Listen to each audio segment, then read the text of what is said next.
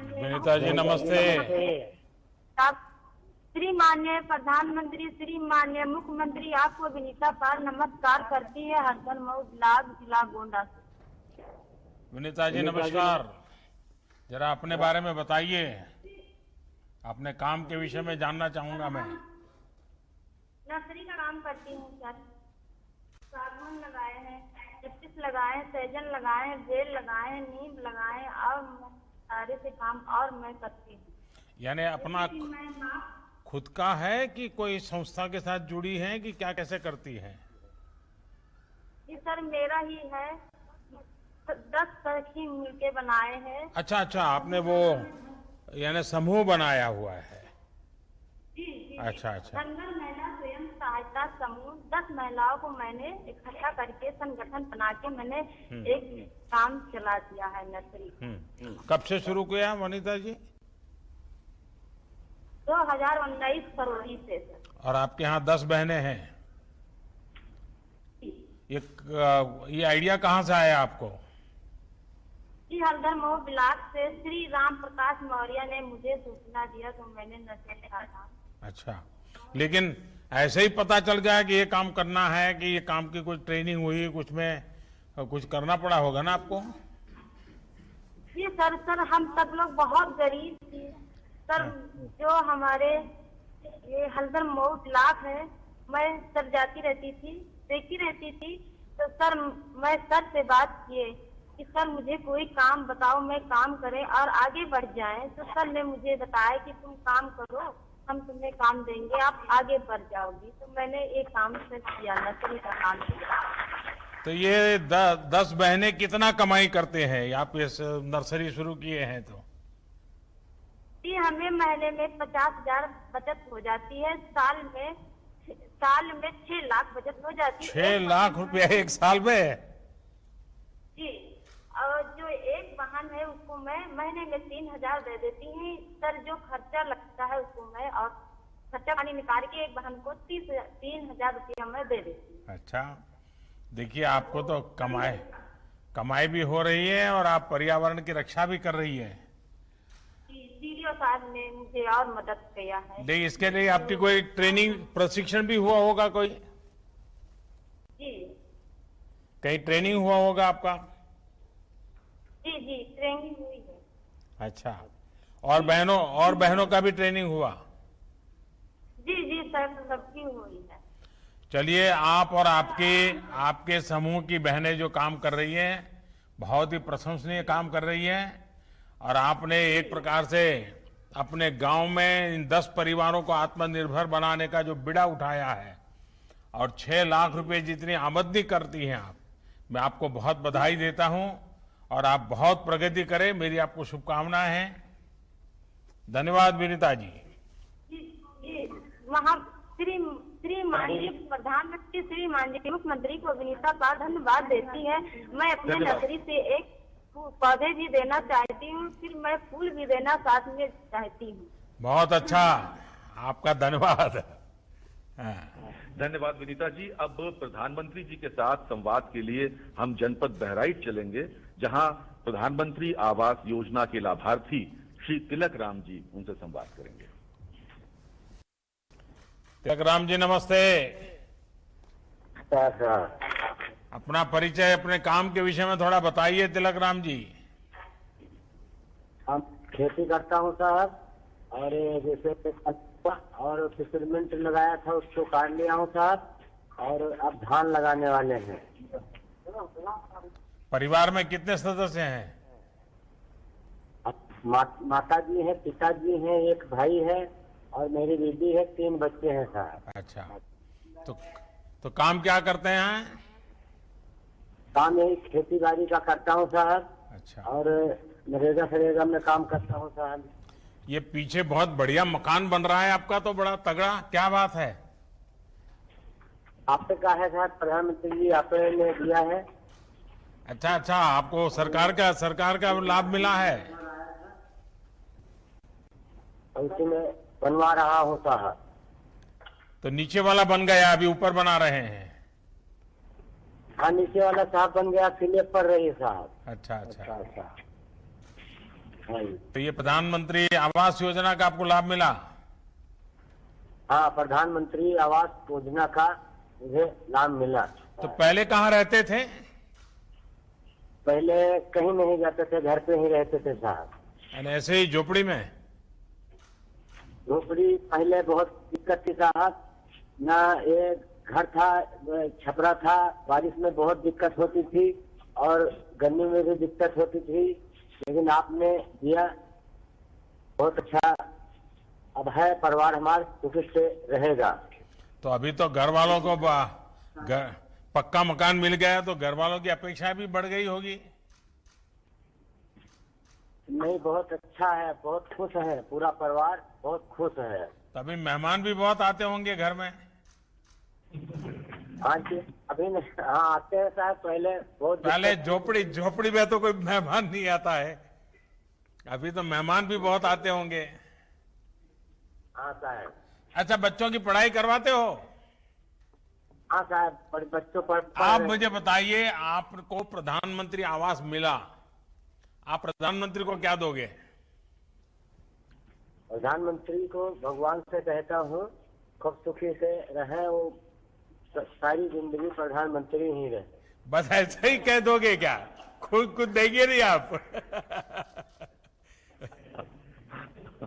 कुछ देने की बात बोलो ना।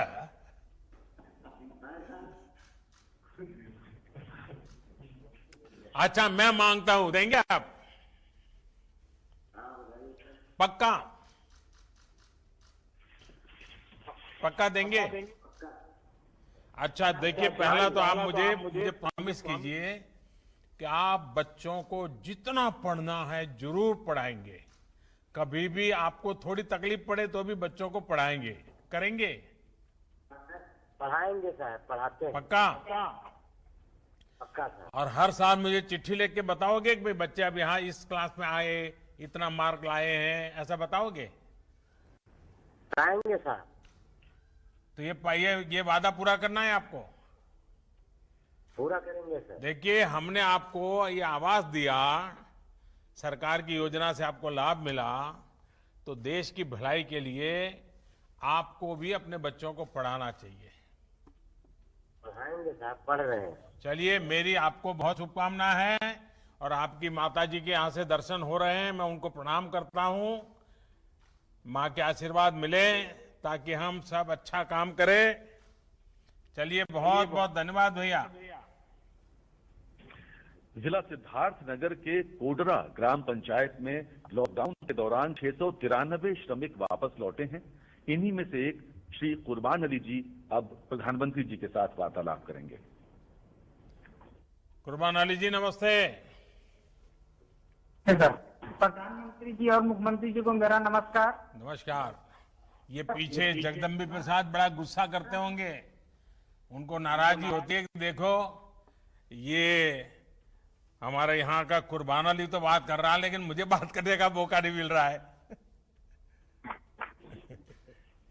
कहिए कुर्बान अली, क्या करते हैं आप कल? सर, मेरा नाम कुर्बान अली है, मैं कोडरा ग्राम जिला सिद्धार्थनगर से बोल रहा हूँ। मैं मुंबई में राजमिस्त्री का काम करता था। लॉकडाउन के दौरान मैं और मेरा छोटा भाई गांव वापस लौट कर आए। प्रधानमंत्री जी को मैं आभार व्यक्त करना चाहता हूँ कि गांव वापस आने के बाद मुझे और मेरे भाई को और मेरे गांव में जितने लोग आए हैं सबको राशन किट भी दिया गया और 1000 रुपया भी दिलाया गया, जिससे हमें बहुत खुशी हुई। और राज्य सरकार को हमारे हुनर के मुताबिक हमारे ही गांव में हमें काम भी दिलाया गया, जिससे मैं राज्य सरकार और प्रधानमंत्री जी को आभार व्यक्त करना चाहता हूँ। तो कुर्बान अली जी, इस बार तो ये कोरोना के कारण आप मुंबई छोड़ करके घर आ गए, तो रमजान का महीना भी तो घर में सबके साथ मनाया होगा? नहीं सर, 15 मई में हम लोग मुंबई में थे। अच्छा अच्छा। लॉकडाउन में मुंबई से 12 मई को मैं अपने गांव वापस प्राइवेट बस से गांव वापस आ गया। अच्छा, तो अभी गांव में क्या करते हैं? आप वापस आए हैं तो? सर, गांव वापस आने से पहले मेरा मेडिकल जांच हुआ, 21 दिन होम क्वारंटीन में भी रखा गया।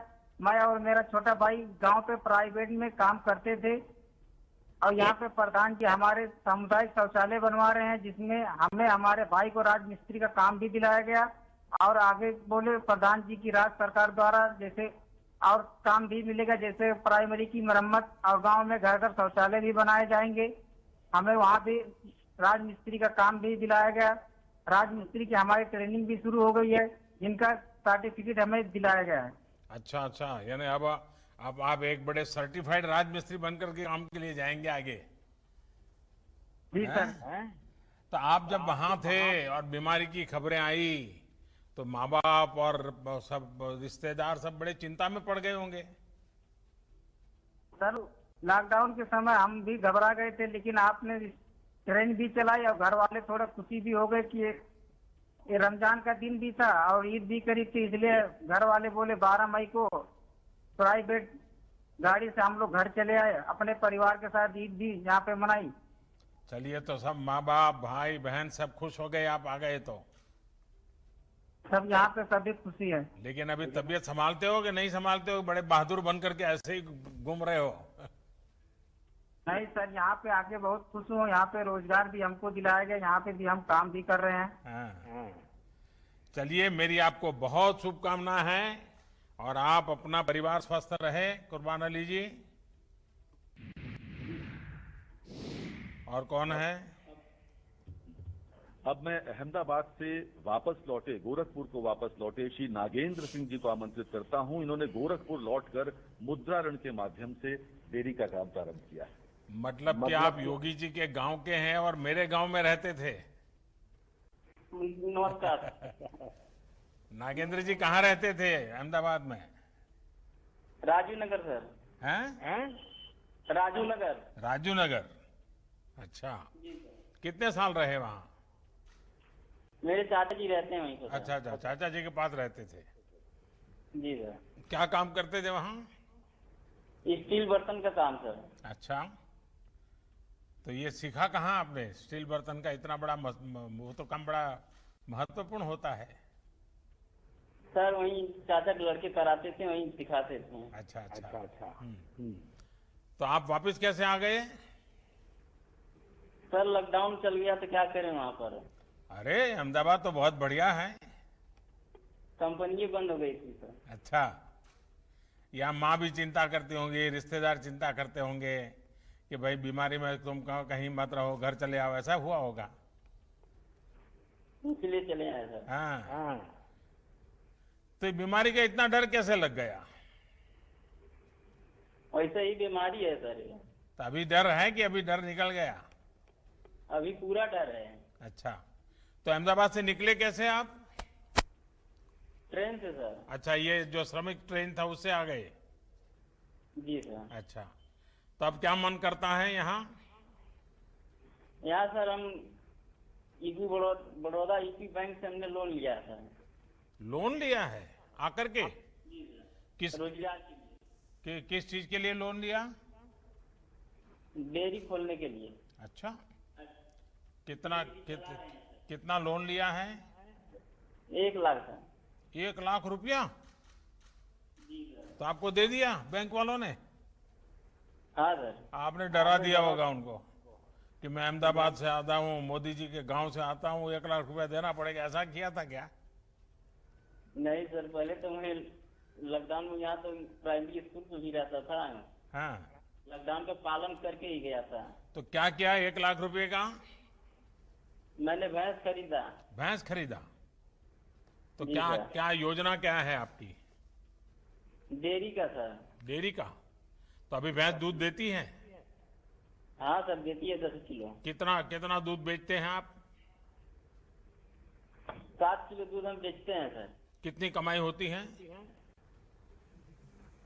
365 रुपया। अच्छा, यानी हर दिन का 365 रुपया? जी सर। अच्छा, और वहाँ अहमदाबाद में कितना कमाते थे?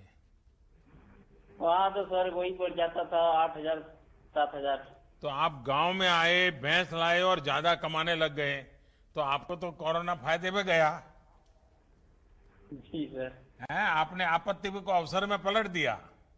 बस हमें आपसे ही सीखना है, सब सरकारों को यही सीखना है कि देखिए हमारे नगेंद्र जी ने आपत्ति को कैसे अवसर में पलटा, हम भी आपत्ति में अवसर को आपत्ति में से अवसर कैसे ढूंढे। तो अभी क्या करोगे, एक ही भैंस से चलाओगे? डेयरी करना है तो भैंस तो ज्यादा चाहिए।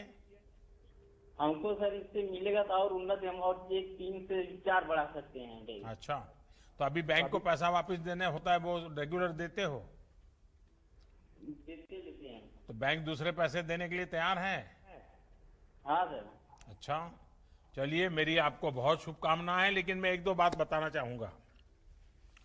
आपने भैंस रखी है, कभी कभी क्या होता है हमारे यहाँ, क्या खिलाना उसका ज्ञान नहीं होता है, और ज्यादातर घर की महिलाएं ही ये पशुपालन करती हैं। अब जैसे भारत सरकार ने 13,000 करोड़ रुपया खर्च करके पशुओं के फुट टू माउथ डिसीज का टीकाकरण का काम शुरू किया है। आप सबसे पहले ये टीकाकरण करवा दीजिए। उसी प्रकार से भारत सरकार ने पशुपालकों के लिए भी, जैसे किसान क्रेडिट कार्ड होता है, पशुपालकों के लिए भी किसान क्रेडिट कार्ड निकाला है। आप वैसा किसान क्रेडिट कार्ड ले लीजिए और उससे आप आगे का कर्ज लीजिए, तो उसमें थोड़ा आपको मदद ज्यादा मिल जाता है। तो ये भी आप जरूर कीजिए। तो पशु का आहार की चिंता करनी चाहिए, पशु को बीमार नहीं होने देना चाहिए। ज्यादातर क्या होता है कि हम लोग दूध देता रहता है, हमें पता ही नहीं होता है कि पशुधन का जितना महात्म्य बढ़ाओगे ना, आपको अच्छा होगा। और उसका जो मलमूत्र है, उससे भी अच्छा फर्टिलाइजर बना करके बेच सकते हैं आप, उससे भी कमाई कर सकते हैं। तो करेंगे?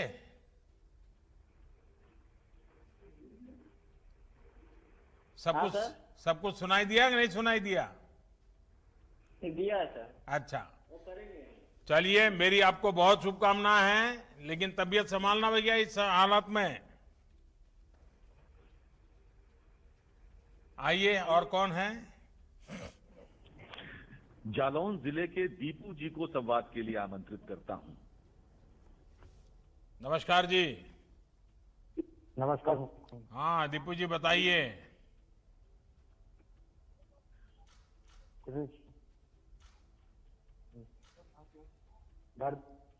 डकोर जालौन से। आपके यहाँ से आवाज कम आ रही है दीपू जी। डकोर जालौन से बोल रहा हूँ दीपू। हाँ, जालान से बोल रहे हैं। क्या कर रहे हैं दीपू जी? हैदराबाद में काम करते थे। हैदराबाद में? तो आपको तो दीपू गारू बोलना पड़ेगा। तो आपको दीपू गारू बोलना पड़ेगा मुझे। लॉकडाउन की वजह से आ गया घर। नहीं दीपू जी, पहले मेरे एक सवाल का तो जवाब दीजिए। आप हैदराबाद में थे, आंध्र में थे, तो आपको तो अब दीपू गारू कहते होंगे लोग। सुनाई देता है आपको? हाँ सर। हाँ, अच्छा, बताइए क्या करते थे वहां? क्या करते थे? इंसुलेशन का काम करते थे सर। तो आगे कैसे, फिर आगे का क्या किया? और लॉकडाउन लग गया, इसलिए सर गांव घर पर आ गया। और अभी यहाँ क्या कर रहे हैं? बुंदेलखंड एक्सप्रेस में काम कर रहा हूँ सर। अच्छा, तुरंत काम मिल गया आकर के? 1 महीने बाद मिला था सर। अच्छा, तो हैदराबाद में जितना कमाते थे उतना कमाते हैं कि कम कमाते हैं? नहीं, बराबर कमाते सर। उधर बराबर कमाते हैं। हाँ सर। अच्छा, और ये सारे नियमों का पालन करते हैं? हाँ साहब, करते हैं। हाँ, देखिए, ये जो बुंदेलखंड एक्सप्रेस वे जो है ना, ये एक प्रकार से इस पूरे इलाके का भाग्य बदलने वाला है। क्योंकि इतना बड़ा एक्सप्रेस वे बनने के बाद वहां डिफेंस कॉरिडोर आने वाला है और नए नए उद्योग आने वाले हैं, और हमारा इलाका जो पानी के बिना तरस रहा था, वहां अब उद्योगों की शुरुआत हो जाएगी। तो अब आपको रोजी रोटी के लिए कहीं जाना पड़े ऐसी स्थिति नहीं बनेगी। और ये विश्व स्तरीय सड़क बन रही है। वहां के लोग पहले मिट्टी की सड़क के लिए कागज देते थे गांव के लोग, आज इतनी बढ़िया सड़क आपके यहाँ बन रही है। और मैं मानता हूं कि बुंदेलखंड का भाग्य बदल रहा है। चलिए दीपू गारू, आपको बहुत शुभकामनाएं भैया। जी सर। धन्यवाद। प्रधानमंत्री जी से वार्तालाप के क्रम के अंत में कबीरदास जी की नगरी संत कबीर नगर से 2 लाभार्थी माननीय प्रधानमंत्री जी से संवाद हेतु जुड़ रहे हैं। पहले श्री रामचंद्र जी को आमंत्रित करता हूं। रामचंद्र जी नमस्ते। प्रणाम। नमस्कार। नमस्कार भैया, बताइए। मैं ओडीओपी के तहत जिला संत कबीर नगर का मैं एक अस्थायी निवासी हूं सर, और मुझे ओडीओपी के योजना के अंतर्गत मुझे 11 लाख रुपए का लोन स्वीकृत हुआ है। अच्छा, होजरी उद्योग के लिए सर। तो पहले से आप करते थे होजरी उद्योग? जी सर, छोटे रूप में करते थे। और उसमें भी आपको 11 लाख रुपए मिल गया? जी। अच्छा, तो फिर आपको आश्चर्य हुआ होगा 11 लाख इतना बड़ा पैसा कैसे आ गया और क्या करेंगे, कैसा रहेगा? आश्चर्य हुआ, कब ऑनलाइन हुआ, कब मेरे खाते में आ गया, और इतना बड़ा मतलब मैं उद्योग को विस्तार कर दिया, बड़ा कर लिया। अभी क्या कर लिया आपने? 4 बाहर से आए थे कामगार लोग, उनको मैं अपने किए रख लिया हूँ। काम कराते 3 पहले के थे, 1 हमारे घर के हैं। तो 8 लोग काम करते हैं? 8 लोग। तो आप 8 लोगों का पेट भरते हैं? जी। वाह। चलिए, आपका ये जो स्वरोजगार और उद्यमशीलता को मैं बहुत बधाई देता हूं। और बैंक में से रेगुलर अच्छा पैसा जमा करना, लेना, कारोबार करोगे तो बहुत बड़े बन सकते हो। और दुनिया में जितने बड़े लोग बने हैं ना, सब छोटे से ही शुरू किया है जी। और जिन्होंने छोटे से शुरू किया वो सचमुच में बड़े बने हैं। जिनको विरासत में मिल जाता है वो तो लुढ़क जाते हैं कभी कभी।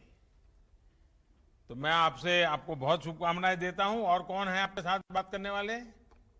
जी सर, प्रणाम। नमस्ते। नरेंद्र कुमार राय, ग्राम दुघरा, पोस्ट बनियाबाड़ी, जनपद संत कबीर नगर का निवासी जी। मेरा व्यापार सर बेकरी का है। बेकरी का काम है? कितने सालों से है? ये सर 6-7 साल से। तो पहले क्या करते थे बेकरी में? आप क्या क्या बनाते हैं? जी सर, मैं रस बनाता हूँ। अच्छा, हाँ, हो चाय के साथ लेते हैं। जी जी जी। हाँ। और हम चाय वालों को तो मालूम है ना कि रस तो फिर क्या कर रहे हैं अभी? बेकरी का विस्तार कर रहे हैं। प्रधानमंत्री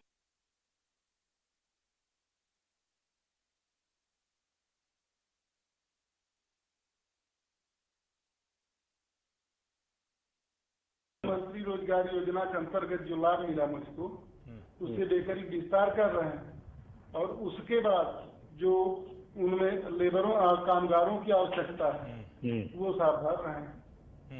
मेरे यहाँ बिहार के और बलरामपुर डिस्ट्रिक्ट की लेबर है। कितने लोग हैं आपके यहाँ? मेरे यहाँ सर पहले 10-12 और बढ़ रहे हैं। 24 लोगों को काम दे दिया आपने? जी जी सर। और ये जो श्रमिक वापिस आए उनमें से 12 को दिया? जी जी।